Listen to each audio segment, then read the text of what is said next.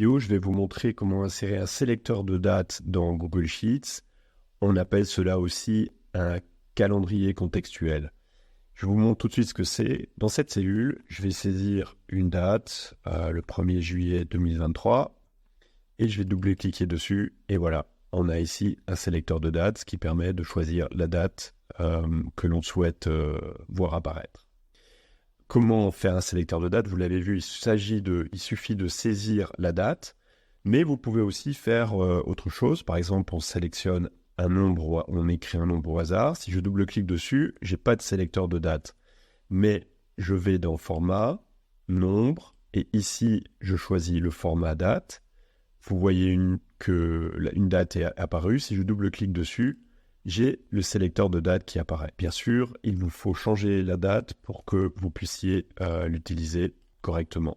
À noter que le format de date qui apparaît ici, vous pouvez le modifier. Vous allez ici dans Format, Nombre, et au lieu d'aller sur date, vous descendez tout en bas et vous voyez date et heure personnalisée.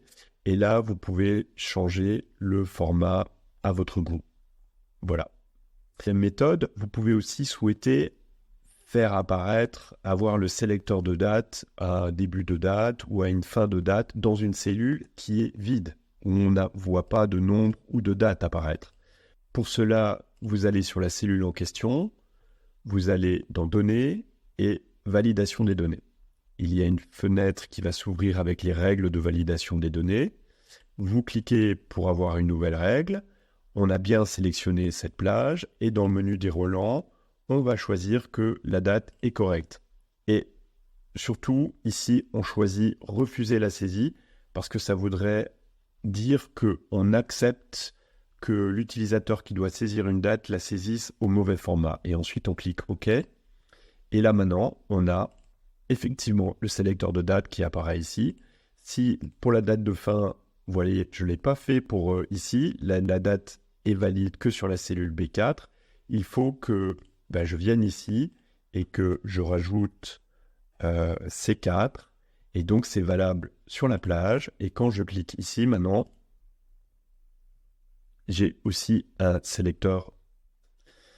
Et dernière chose, on ne voit pas qu'il y a de date ici, qu'il y a de sélecteur de date, donc il faut aussi mettre en forme votre tableau pour le rendre plus lisible et pour que les personnes sachent qu'elles peuvent ici, où vous pouvez rajouter un commentaire pour qu'elles sachent qu'il y a un sélecteur de date qui se cache là derrière.